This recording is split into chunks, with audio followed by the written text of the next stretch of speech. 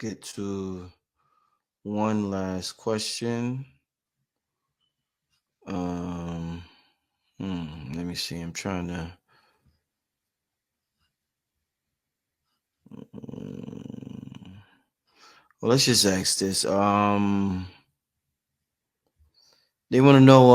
I'm seeing more comments than questions right now. They want to know what do you think about polygamous relationships? What's your thoughts on that, my brother? Well, polygamy in itself is the inception point is based on a matriarchal energy, right? So that's how you build nations. Polygamy is really for nation building. It's not because you want to have some type of sexual proclivities or you have some type of sexual gratification that you want to embark on. So it's really meant for nation building. That's what the inception point of it, as far as polygamy is for. So if people did it the right way, we'd be able to combat, economic disenfranchisement and dehumanization that's being perpetuated by the system. Let me just ask this other one. Damn, where is it at? Do you have any info on Ophiuchus or are you able to see that on the screen? Yeah, I can see it. All right, yeah. Do you have any info on that? Ophiuchus or whatever that says? No, I don't.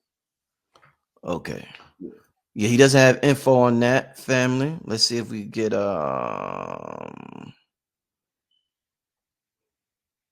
yeah, we already talked about the for those who came in late, just to reiterate real quick, they want to know the 4 UFOs shot down and the 4 hazmat spills. What's your thoughts? Just to close it out, because we got about 3,500 people and a lot of them came in late. So okay,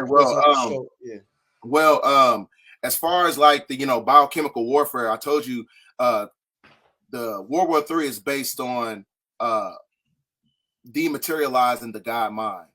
The war is with the mind. It's not really a war with your, so-called China and things of that nature. So they trying to create desolation and calamity on purpose. Because like I said, they know that God is the highest extension of the mind, which uses elements of matter to express itself, where you can manipulate the matrix system based upon your mental frequency. So now, as far as the UFOs, like I said, there's a diametrical difference between a real UFO that's created by the oligarchs and the world governments, and you have a UFO that's coming from different dimensions and different galaxies and star systems. Now, the UFOs that's from different star systems, those are the ones that's manipulating the electromagnetic grid on the planet, that's basically terraforming the magnetic field to where you have these fourth dimensional energies that's able to come in. The UFOs that's being shot down, those are all, created by the government. Because if you want to be, very logical and analytical about the situation, you're not going to be able to shoot down a UFO that's able to transmute itself and go into fourth octave ether. You know what I'm saying? Like because that's high technology. Yeah. They got technology that's 100,000 years ahead of us. They got elements. They got 200,000 more elements that's not even acclimated to the Earth paradigm. You see what I'm saying? Indeed. So that's why I said they would, because they use element 115, which is a superconductor of carbon. So that's how they use the cloaking technology, because the cloaking technology is based on the usurpation of the electrical grid. So that's why you have certain places where they be like, oh, well, the technology and the phone towers is not working in this area. That's because the grid is being manipulated from the usurpation of the ship that's basically cloaking itself in a cloud. Kind of like how the movie in Nope. Because if you notice, when they showed the UFO, nothing, you know what I'm saying? The technology was just fine, but when it was cloaking itself, all technology shut down. It's the same process. Family, ladies and gentlemen, we got a rising star within this conscious or woke or whatever you want to call the folks that's on YouTube. Brother BDELL, I want to thank you, man. You did a phenomenal job tonight, my brother. Absolutely phenomenal. I want to thank you for coming on. Leave the people with your information before you get out of here. Everybody's going to want to know how to contact you, my brother. Okay. My YouTube channel is D as in dog, ELL1014. B. A lot of people hear us talk about it, but they get a little confused with the terminology. So I guess we could start out simply with simple terms and try to that they use when they talk about the quantum field to help people to understand what's going on energetically. magnetically, electrically, and whatnot. So when we hear photons, and I hear you use this word photons, BDELL, what can you tell us about photons for somebody who really wants to tap into this universal currency, understand who they are, and be the best version of themselves? Let's start out with a few terms, my brother. What are photons? Photon is basically a holographic projection that creates the Semitic language, which is connected to the alphabetical symmetry of light, because it creates a tetrahedron energy, and the octave vibration of those of those tonal languages can open up portals, take you to a different space and time, to where you reap the benefits of everything that basically that you deserve in this reality. So that's why when you look at it from a theological context, when you're talking about Psalms 82 verse 6, it says that ye are gods. So that means that we're a microcosm of the macrocosm, so we can manifest our own reality just based upon the principles of our thoughts through electrical Ethereal energy. So the best way to manipulate this matrix system is to tap into our ancient languages, which has basically been stripped away from us from colonization and dehumanization. What would you say? You mentioned the Kemetic language. What would you say about Hebrew, Latin, Spanish? Like, what would you recommend? Where would you recommend somebody who just knows one language like myself? What would you recommend to start if we really want to tap into that supreme magnetism with the ancient tongue? I say that anything that's conducive to ancient Proto-Semitic, or like I said, or ancient Kemetic languages, but we've been socialized and indoctrinated with the European dialect. Is basically puts a reverse of frequency on our neurological capacity and on our molecular structure, to where we cannot reap the benefits of everything that we want to manifest in this three-dimensional reality. So I say Kemetic languages if you want to get certain transliterations, breaking down etymology to where you have a intuitive understanding on how to manipulate this matrix system. I remember Polite, or I think it was Polite. Somebody used to say the ancient languages, you use parts of your throat or your tongue that we don't even use no more. Like they'd be like, or something like that, and we don't say it sounds funny, but we don't even talk like that no more. So most definitely, they're definitely. I'm gonna tell you what happens is it basically stimulates the pineal gland. Because, like I said, the ancient Proto-Semitic languages contains two elemental compounds from the periodic table, which is carbon and silicon. So it's basically highly magnetic because it contains a form of magnetism. So this activates the neuroendocrine transducer, which is the God particle, which activates the God body, which puts the endocrine system in alignment to where you can manifest as a God. So I've heard we've both heard the brother Yaki. We're both familiar with Yaki. You've done videos with him. I've done videos with him. He talks a lot about structured water. So would structured water form sacred geometry within the water that helps our body 100 times better than dead water that we get from these pipes that's like on 90-degree angles? If the English language is dead, would you say when we use it in a poetic form, like rap music or just music in general, would that be like the structured water? Would that be structured sound? So if we want to manifest, if we try to manifest through song format, then it would be 10 times or 100 times stronger, because that would be structured sound, just like there's structured water. Most definitely, only if it's operating at 432 megahertz frequency, which is the love frequency. So the music in itself is very important, especially, the beats, because when you look at the word instrumental, the word mental is in there for a reason, because it's conducive to a phenomenon to where it activates the God mind. So most of these, the music, the trap music, all these, hip hop that perpetuates gangsterism, it basically puts an encryption on your anatomy to the point where it's, like I said, it's electrical, so it's acidic to the body. So the structured water in itself, like I said, if it depends what frequency and vibration that the music is vibrating on. because we're made up of 75% water. So most of the music, like I said, has turned into a biological weapon. Everything has been compromised. Right.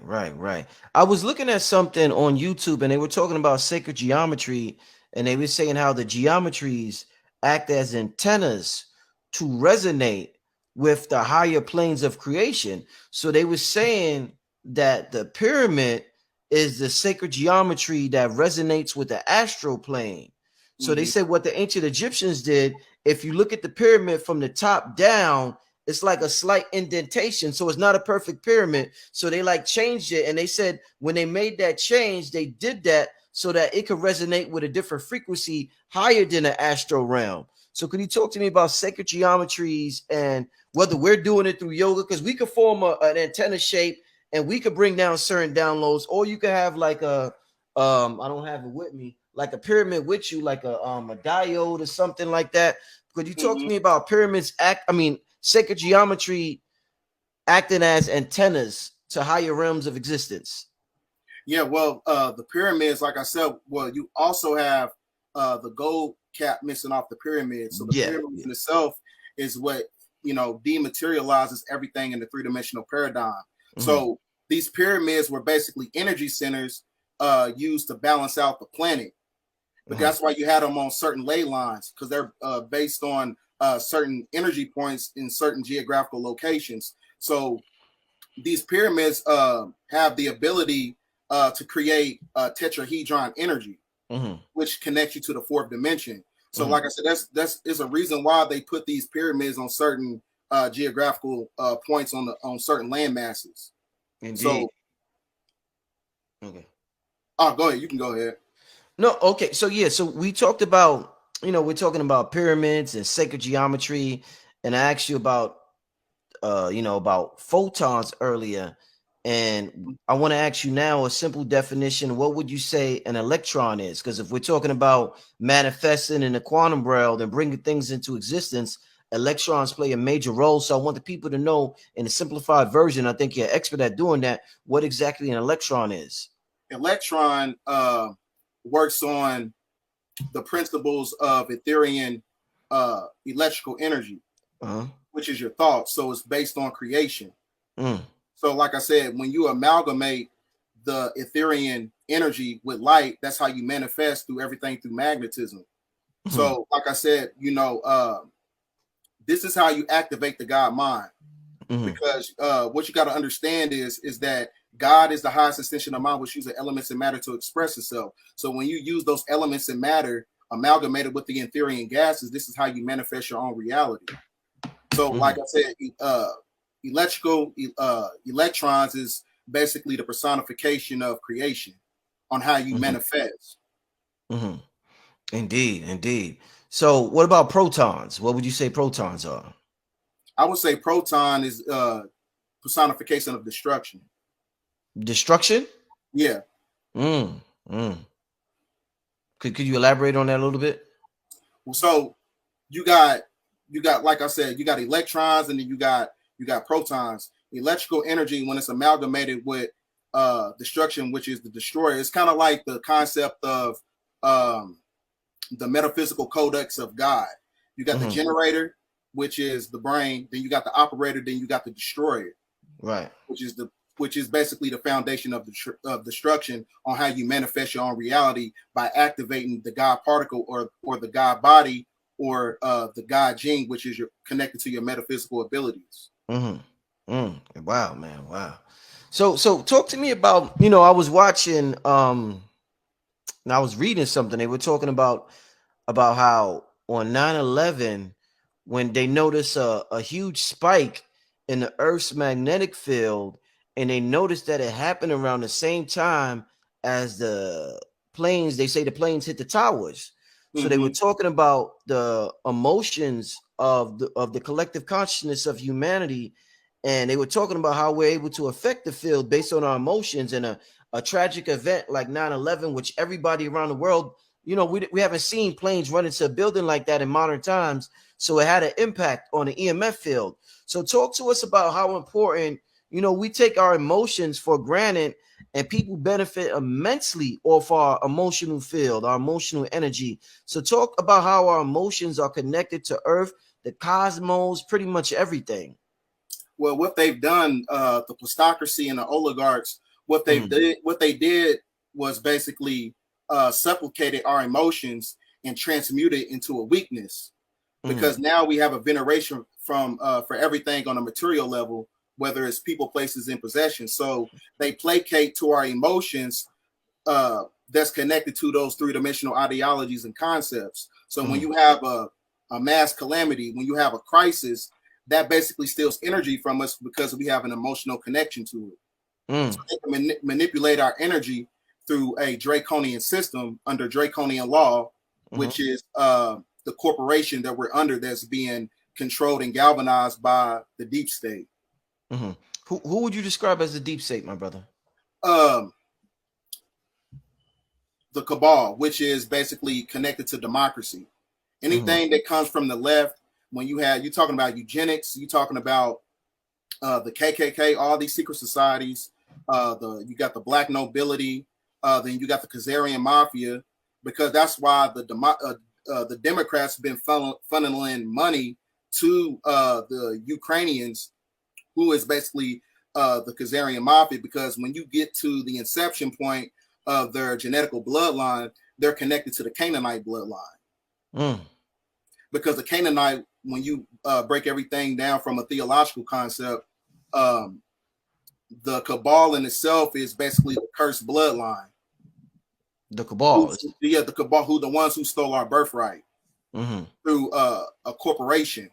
Because when you understand the diametrical difference between the United States of America and United States, the United States of America and the United States, because the United States of America is basically a corporation that's connected to the 1913 Federal Reserve Act, or under the 27 CFR 72.11.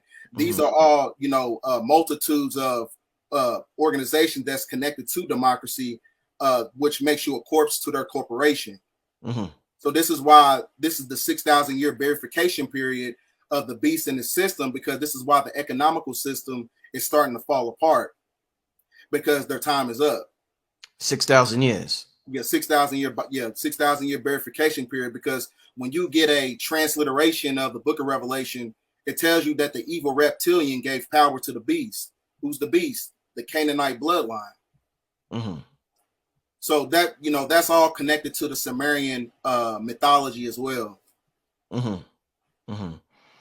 So you would say that, this 6,000 year period in which they were given a chance to operate and to rule, would you say that no matter how, like we talk about this information and a higher knowledge, no matter how much we tapped into this knowledge, none of it would have worked because there was an agreement that they were supposed to rule? Because I'm thinking, like, what if we did things different? Would we have got different results? But it seems like they were destined to rule for those 6,000 years. Well, like I said, when you get to the inception point of the story of Enki and Enlil, you got two brothers. You know what I'm saying? Enlil is basically your personification of the jealous God of the Bible, who controls the three-dimensional paradigm. Because when you break down the etymology of his name, it means Lord of the Sky. Satan was the prince of air. So he's the jealous God of the Bible who controls this realm. So meaning that he stole the birthright from Enki, because Enki means Lord of the Earth, meaning that we're supposed to have dominion over this planet, not him. But he stole it through a corporation under fictitious doctrines of democracy. He stole it through monotheistic religion. He stole it through the economical system. So that's what I'm saying. It's like you got to understand the diametrical difference between Enki and Enlil in the inception point of the story. Stole it through inflation, huh? Even inflation, huh? Yeah. Yeah, man. No, definitely. What so with this EMF field, and we hearing about all these things from the sun. You always give good information about what's going on cosmically. a couple of weeks ago, I heard about a big hole in the sun. I didn't have a show with you since February, but what's going on cosmically right now that we should be aware of? Well, I would say this, and this is just due to my own independent research. I really believe that we have maybe about 2 years left to really get everything in order, because when you break down the metaphysical codex of the year 2025, that is the 9 year. So 9 is also a representation of completion.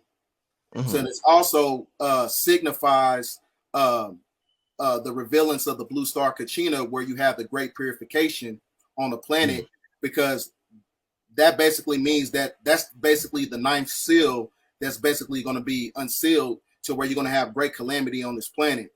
Because that's like, you got this blue star that comes in our atmosphere that comes from the 19th galaxy. So that's all connected to Hopi mythology. When you understand the Anunnaki story, they come from a tri-solar system. So you got these suns amalgamating with our solar system to put the planet right back in balance. So that's what's going on right now. So that's going to be the inception point of your great reset, and that's going to be also the inception point of the great separation, where you have a dimensional split, where you have people who are connected to the 3-dimensional realm, and those who separate themselves by connected to the 5th-dimensional realm. Now, the ones who are left behind are the ones who are connected to monotheistic belief systems, and also the ones that's connected and have a veneration for materialism. Those are the ones that's going to be left behind. So, like I said, that blue sun is going to cause a dimensional split, which is the blue star Kachina. Wow. So what impact do you think this Great American Eclipse that's happening next year, what impact do you think that's going to happen? I think it forms an X over America, the Great American Eclipse next year. I heard about that, and I think that is it on October 14th? I think that's I'm not sure. Birthday. Oh wow. Yeah, I think I read something about that, but that is also signifying, in my opinion, it signifies, the great coming of Planet X, which is Nibiru. So, like I said, you're going to have many different, solar events that's going to be taking place. You're going to have a red sun coming into our atmosphere. You're going to have a blue sun. So, like I said, that is going to be the time where you're going to have, that's the 9 year where you're going to have activation on a neurological level and on a biological level. So it can be something good for humanity metaphysically, or it can be something detrimental for humanity, only if you're vibrating at a certain frequency. So this is why, it's very imperative for people to understand, to get away from these this concept of economical Darwinism, which is connected to Babylonian money magic. Because what they want to do is they want to merge humans with cybernetics through a totalitarian feudalistic technocracy, which is transhumanism.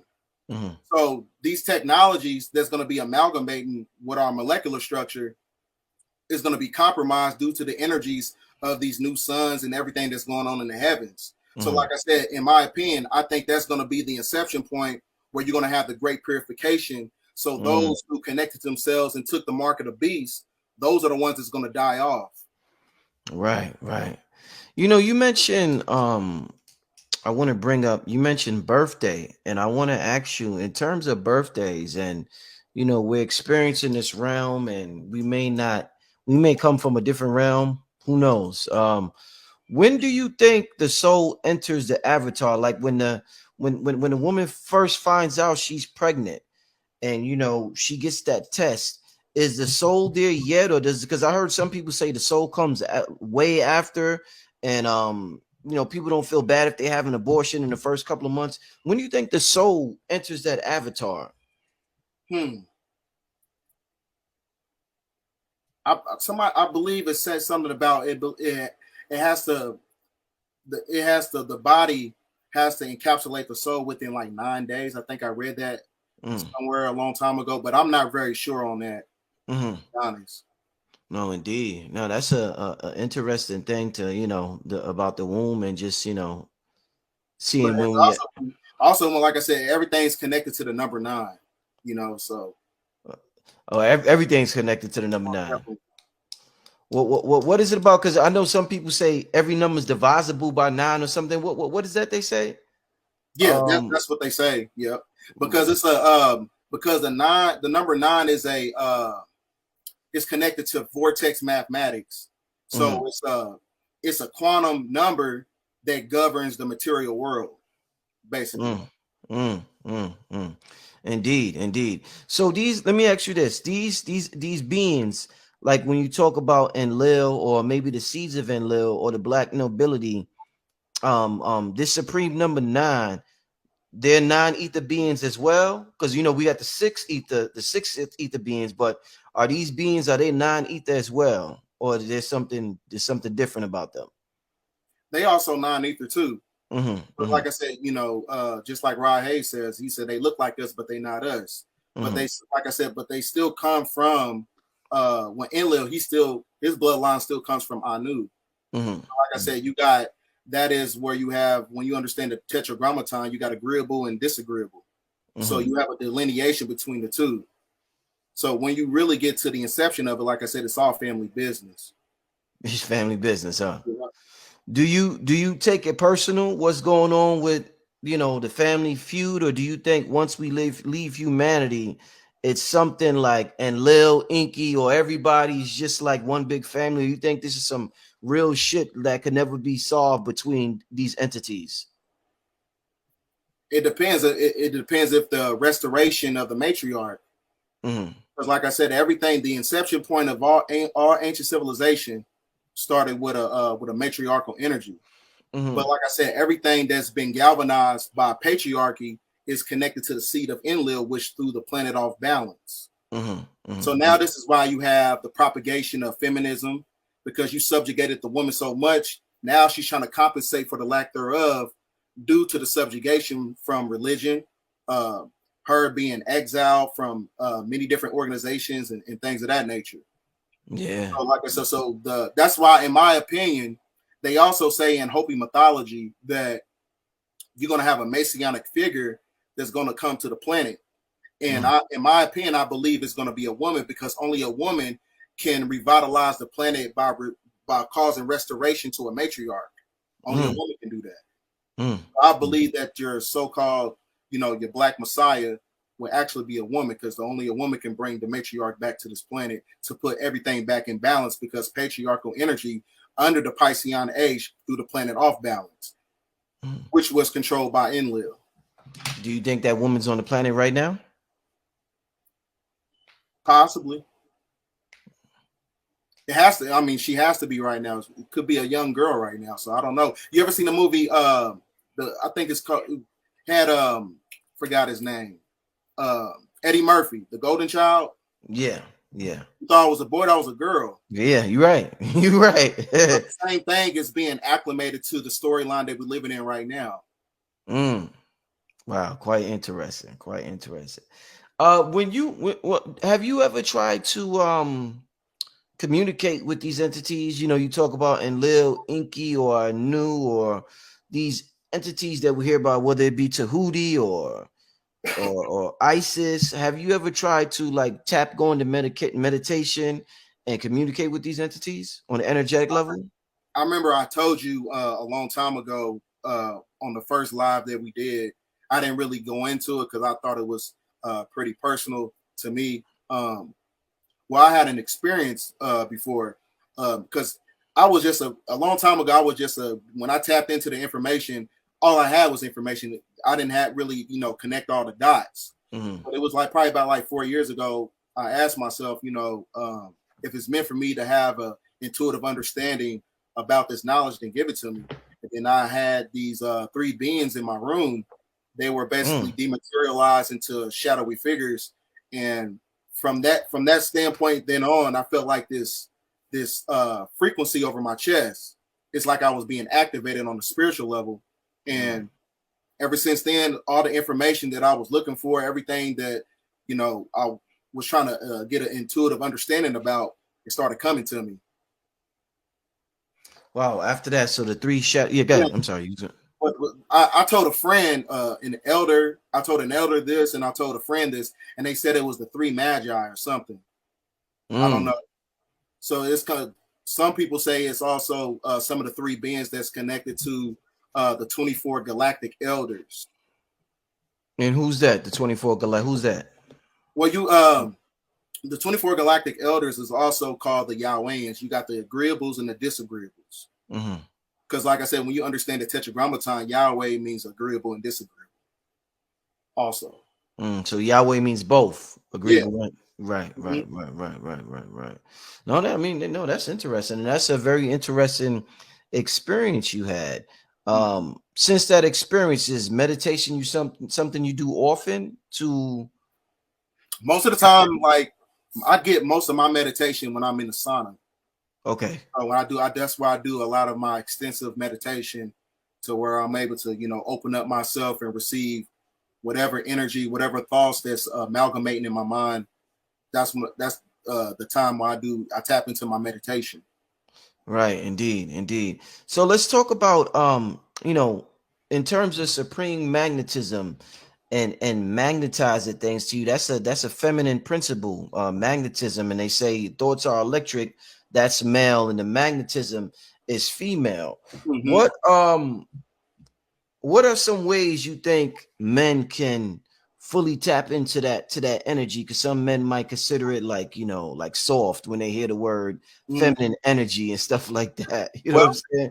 Well, they have to get away from the perception of the perpetuation of false masculinity that's being venerated on the television networking system. So a lot of people, due to dark psychology, which creates behavior modification, if you see something enough on television, it's going to embark into your reality. So this is why a lot of men are very emotional.